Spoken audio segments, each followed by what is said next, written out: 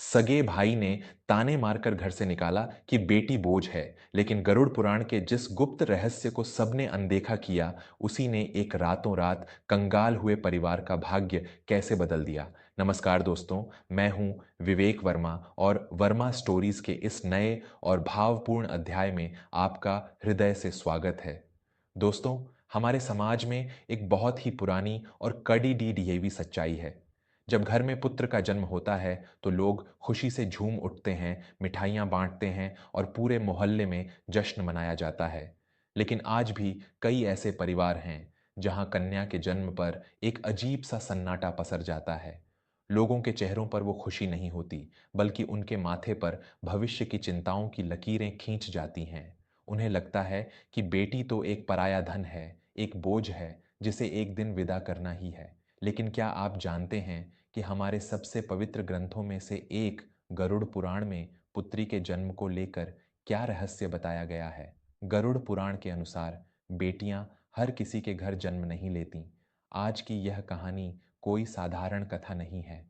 यह उन सभी लोगों के लिए एक बहुत बड़ा तमाचा है जो बेटियों को अपने जीवन का दुर्भाग्य मानते हैं। यह कहानी आपको बताएगी कि कैसे एक बेटी के नन्हे कदम किसी भी परिवार के विनाश को रोककर उन्हें अपार समृद्धि और सम्मान के शिखर पर बैठा सकते हैं। यह कथा है बुनकरों के शहर काशी की।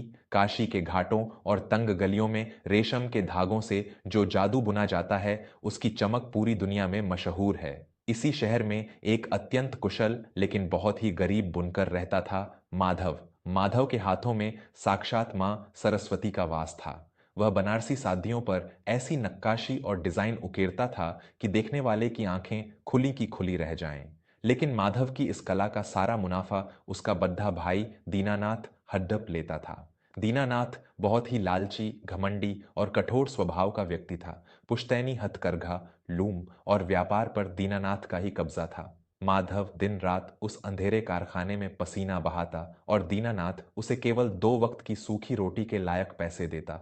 माधव की पत्नी रेवती बहुत ही शांत और संस्कारी स्त्री थी, जो अपने पति के हर दुहक में परछाई की तरह उसका साथ निभाती थी। माधव और रेवती के जीवन में दरिद्रता अपने चरम पर थी। इसी घोर संकट के बीच रेवती गर्भवती हुई। माधव ने ईश्वर से प्रार्थना की कि घर में एक पुत्र का जन्म हो, ताकि वह बद्दा होकर दीनानाथ के चंगुल से उसे आजाद करा सके और उनके बुढ़ापे का सहारा बन सके। लेकिन नियति को कुछ और ही मंजूर था। कड्ड कद्दाती ठंड की एक रात में रेवती ने एक अत्यंत सुंदर कन्या को जन्म दिया। जब यह खबर दीनानाथ तक पहुंची तो वह अगबूला हो गया। वह सीधा माधव के घर आया और उसने माधव को सबके सामने बुरी तरह अपमानित करना शुरू कर दिया। दीनानाथ ने चिल्लाते हुए कहा, माधव, तू तो पहले ही मेरे टुकड़ों पर पल रहा है और अब यह एक और बोझ तूने मेरे सिर पर डाल दिया। लड़की पैदा की है, अब जीवन भर इसके दहेज के लिए हड्डियां गलाना। मेरे कारखाने की कमाई से मैं इस मनहूस लड़की का पेट नहीं पालने वाला। आज और अभी अपनी इस पत्नी और इस बोझ को लेकर मेरे पुश्तैनी घर से निकल जा। माधव ने रोते हुए अपने भाई के पैर पकड़ डांच लिए और गिद्द गिद्दाते हुए कहा, भैया, बाहर कड़िर धाके की ठंड है, मेरी पत्नी अभी बहुत कमजोर है और मेरी बच्ची अभी कुछ घंटों की ही है। मुझे घर से मत निकालिए, मैं आपके कारखाने में दुगनी मेहनत करूंगा, लेकिन हमें छत के नीचे रहने दीजिए। लेकिन उस पत्थर दिल दीनानाथ पर कोई असर नहीं हुआ। उसने माधव को धक्का देकर जमीन पर गिरा दिया और उस सर्द रात में माधव, रेवती और उस नवजात बच्ची को घर से बाहर निकाल दिया। माधव अपनी पत्नी और बच्ची को लेकर पूरी रात काशी की सड़कों पर भटकता रहा। अंत में उन्हें एक पुराने और जीर्ण शीर्ण शिव मंदिर के प्रांगण में शरण मिली। माधव उस रात भगवान की मूर्ति के सामने फूट फूट कर रोया। उसने अपनी सोती हुई बच्ची का चेहरा देखा और उसका नाम रखा शांभवी। लेकिन दोस्तों, जैसा कि गरुड़ पुराण में कहा गया है, जिस घर में कन्या के चरण पटकते हैं वहां साक्षात लक्ष्मी का वास होता है। शांभवी के जन्म के ठीक अगले दिन सुबह, जब माधव मंदिर की सीढ़ियों पर उदास बैठा था, वहां काशी के एक बहुत बड्ढे और पुराने रेशम व्यापारी सेठ पुरुषोत्तम दास आए। सेठ जी की नजर माधव पर पड़ी। वे माधव की कला को पहले से जानते थे, लेकिन दीनानाथ के कारण कभी उससे सीधा संपर्क नहीं कर पाए थे। सेठ जी ने माधव की दुर्दशा देखी और उसके पास आकर बोले, माधव, तुम्हारे इन हाथों में जो हुनर है, वो किसी अंधेरे कारखाने में सड़े रहने के लिए नहीं है। मैं तुम्हें एक आज़ाद कारीगर बनाना चाहता हूँ। यह लो कुछ पैसों की पेशगी, एडवांस और अपना खुद का एक छोटा हथकरघा शुरू करो। मुझे तुम पर पूरा भरोसा है। माधव की आंखों में आंसू आ गए। उसने तुरंत भगवान शिव को धन्यवाद दिया। उसे लगा जैसे उसकी बच्ची शांभवी अपने साथ भाग्य का एक नया दरवाजा लेकर आई है। माधव ने एक छोटा सा कमरा किराए पर लिया और अपना काम शुरू किया। शांभवी जैसे जैसे बड़ी हो रही थी, माधव का व्यापार दिन दूनी और रात चौगुनी तरक्की कर रहा था। उसकी बनाई सादियां इतनी मशहूर हो गईं कि विदेशी व्यापारी भी उसके दरवाजे पर आने लगे। कुछ ही वर्षों में माधव ने अपना खुद का एक बहुत बड़ा कारखाना खोल लिया। वह अब शहर के सबसे सम्मानित लोगों में गिना जाने लगा था। जब शांभवी 5 वर्ष की हुई, तब रेवती ने एक पुत्र को जन्म दिया। उसका नाम रखा गया प्रतीक। प्रतीक के आने के बाद माधव की खुशी का कोई ठिकाना नहीं रहा। उसे लगा कि अब उसके साम्राज्य का वारिस आ गया है। इस खुशी और पुत्र मोह में माधव ने प्रतीक को बहुत ज्यादा लाड डेच प्यार से पाला। प्रतीक जो भी मांगता, सोने चांदी की तरह उसके कदमों में हाजिर कर दिया जाता। इस अंधे पुत्र मोह में शांभवी कहीं बहुत पीछे छूट गई। माधव और रेवती का सारा ध्यान प्रतीक पर होता था। शांभवी को साधारण कपड़े मिलते, जबकि प्रतीक महंगे लिबासों में घूमता। लेकिन शांभवी के मन में कभी अपने माता पिता के लिए कोई मैल नहीं आया। वह स्कूल से लौटकर चुपचाप अपने पिता के कारखाने में चली जाती और वहां घंटों बैठकर कारीगरों को रेशम के धागों से खेलते हुए देखती।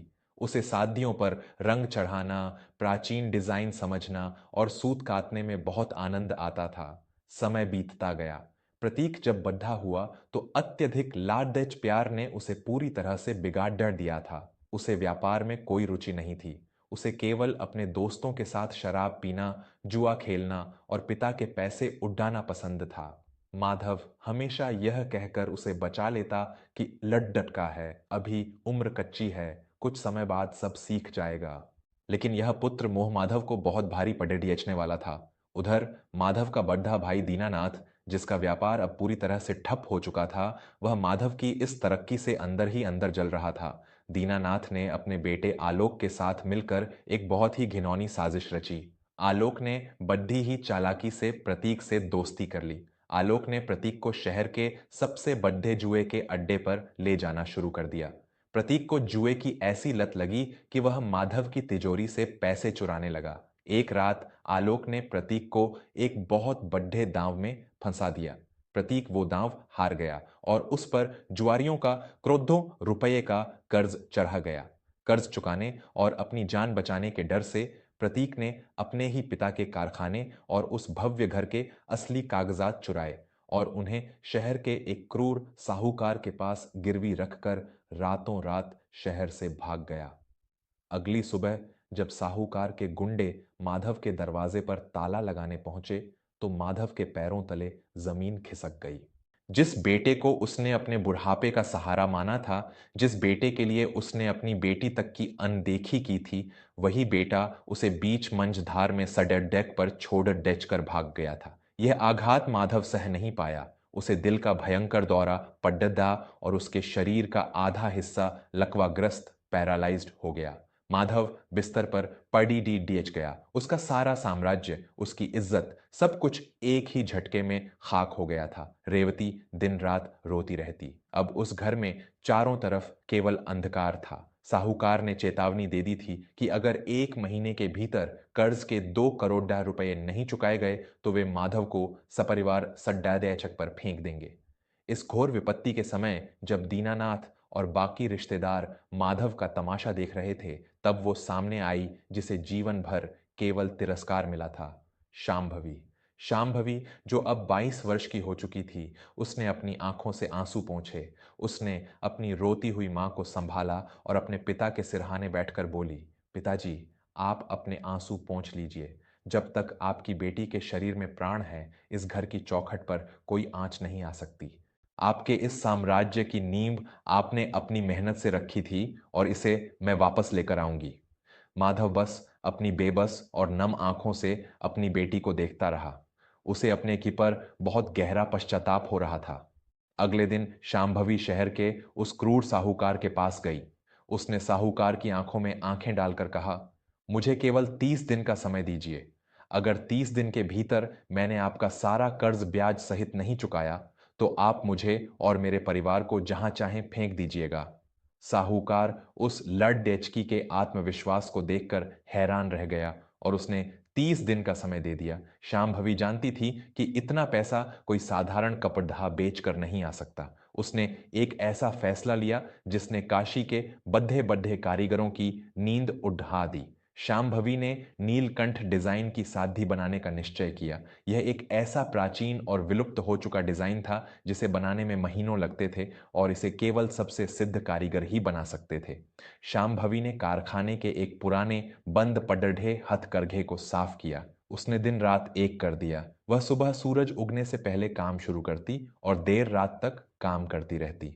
रेशम के बारीक धागों को पिरोते पिरोते उसकी उंगलियों से खून रिसने लगा था। उसकी आंखें लाल हो गई थीं। रेवती जब अपनी बेटी के इन खून से सने हाथों को देखती तो रो पड़ती, लेकिन शांभवी के चेहरे पर कोई शिकन नहीं थी। वह बस अपने पिता का खोया हुआ सम्मान वापस पाना चाहती थी। पूरे 28 दिन की कठोर तपस्या के बाद जब वो नीलकंठ साध्वी बनकर तैयार हुई तो वह कपद्धा नहीं बल्कि साक्षात एक चमत्कार लग रहा था। साध्वी के पल्लू पर बुने हुए मोर और देव आकृतियां इतनी जीवंत थीं कि मानो अभी बोल पड़ेंगी। उसी समय काशी में एक बहुत बड़ी अंतर्राष्ट्रीय वस्त्र प्रदर्शनी टेक्सटाइल एग्जीबिशन चल रही थी, जहां दुनिया भर के बड्ढे बड्ढे व्यापारी और राजघराने आए हुए थे। शांभवी ने अपनी वह साध्वी उस प्रदर्शनी के मुख्य मंच पर प्रस्तुत की। जब उस साध्वी पर रोशनी पड़ी तो पूरे हॉल में सन्नाटा छा गया। फ्रांस की एक बहुत बड़ी फैशन कंपनी की मालकिन और भारत के एक राजघराने की महारानी के बीच उस साध्वी को खरीदने की होड़ लग गई। नीलामी इतनी ऊपर गई जिसकी किसी ने कल्पना भी नहीं की थी। वह नीलकंठ साध्वी पूरे 5 करोड़ रुपए में बिकी।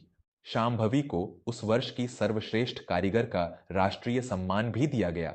जब शांभवी वह चेक लेकर घर पहुंची तो उसने सबसे पहले साहूकार के मुंह पर 2 करोड़ रुपए मारे और अपने पिता के कारखाने और घर के कागजात वापस ले लिए। शांभवी जब अपने लकवाग्रस्त पिता माधव के पास आई और वो कागज उनके हाथों में रखे तो माधव फूट फूट कर रोने लगे। माधव ने अपने कांपते हुए हाथों से शांभवी का माथा चूमा और रुंधे हुए गले से कहा, मुझे क्षमा कर दे मेरी बच्ची। मैंने जीवन भर उस बेटे के लिए धन जोता जो मुझे मौत के मुंह में छोड़ा कर भाग गया, और जिस बेटी को मैंने कभी प्यार से गले भी नहीं लगाया, आज उसी बेटी ने मुझे जीवन दान दिया है। मैं कितना बद्धा मूर्ख था जो इस समाज के अंधे नियमों में फंसकर एक रत्न को पत्थर समझ बैठा। तभी वहां मंदिर के वही पुराने पुजारी जी आए जिन्होंने बरसों पहले उस सर्द रात में माधव को शरण दी थी। पुजारी जी ने माधव के कंधे पर हाथ रखते हुए कहा, माधव, तुमने अपनी बेटी को पहचानने में बहुत बड़ी भूल की। गरुड़ पुराण में स्पष्ट रूप से लिखा है कि पुत्र तो भाग्य से प्राप्त होता है, लेकिन पुत्री केवल सौभाग्य से ही मिलती है। गरुड़ पुराण का वह गुप्त रहस्य यह है कि जब किसी मनुष्य के पिछले जन्मों के और उसके पूर्वजों के सारे पुण्य और सत्कर्म एक साथ एकत्रित हो जाते हैं, केवल तभी भगवान उस घर में एक कन्या को जन्म देते हैं। पुजारी जी ने आगे कहा, समाज कहता है कि बेटा वंश बढ़ाता है, लेकिन गरुड़ पुराण कहता है कि बेटा तो शायद एक कुल का नाम आगे बढ़ाए, लेकिन बेटी 2 कुलों का उद्धार करती है। पुत्र अगर शरीर की चिता को अग्नि देकर मुक्त करता है तो पुत्री अपने निस्वार्थ प्रेम, अपनी तपस्या और अपने बलिदान से पूरे परिवार की आत्मा को नरक की आग से बचाती है। जब तुम्हारे बेटे ने तुम्हें धोखा दिया और तुम्हारा सब कुछ छिन गया तो तुम्हारे ही पुण्यों से जन्मी इस कन्या ने साक्षात मां दुर्गा का रूप लेकर तुम्हारे घर की लाज बचाई। बेटी कभी बोझ नहीं होती माधव, वह तो ईश्वर का दिया हुआ वह अभेद्य सुरक्षा कवच है जिसे भगवान केवल अपने सबसे प्रिय भक्तों को ही सौंपते हैं। यह सुनकर वहां खड़ा हर व्यक्ति रो पड़ा। दीनानाथ और उसके बेटे आलोक का सिर शर्म से झुक गया। माधव ने अपनी बेटी को सीने से लगा लिया और उस दिन के बाद से उस घर में केवल शांभवी का ही राज था। शांभवी ने उस कारखाने को इतनी ऊंचाइयों पर पहुंचाया कि काशी का हर कारीगर उसका सम्मान करता था। दोस्तों, यह कहानी केवल एक कथा नहीं है, यह गरुड़ पुराण का वह अटल सत्य है जिसे आज का अज्ञानी समाज भूल चुका है। बेटियां वो बेशकीमती रत्न होती हैं जो अपनी चमक से पूरे परिवार का अंधकार दूर कर देती हैं। एक बेटी अपने पिता के लिए जो त्याग कर सकती है, वो इस दुनिया का कोई भी पुत्र नहीं कर सकता। अगर आपके घर में भी बेटी है तो उस पर गर्व कीजिए, उसे बोझ मत समझिए, क्योंकि ईश्वर ने आपको एक बहुत बड़ा सौभाग्य दिया है। अपनी बेटियों को पढ़ाइए, उन्हें पंख दीजिए, क्योंकि जब बुरा वक्त आता है तो यही बेटियां ढाल बनकर खड़िड़िढ़ी होती हैं। मैं हूं विवेक वर्मा। आपको यह कहानी कैसी लगी और गरुड़ पुराण के इस रहस्य पर आपकी क्या राय है, यह मुझे नीचे कमेंट्स में लिखकर ज़रूर बताइएगा। और हाँ, अगर यह कहानी आपके दिल को छू गई हो तो इसे अपने दोस्तों और परिवार के साथ साझा करना न भूलें। वर्मा स्टोरीज से जुड़े रहने के लिए आपका बहुत बहुत धन्यवाद। मिलते हैं अगली बार एक और नई और भावपूर्ण कहानी के साथ। तब तक अपना और अपनी बेटियों का खूब ख्याल रखें। नमस्कार।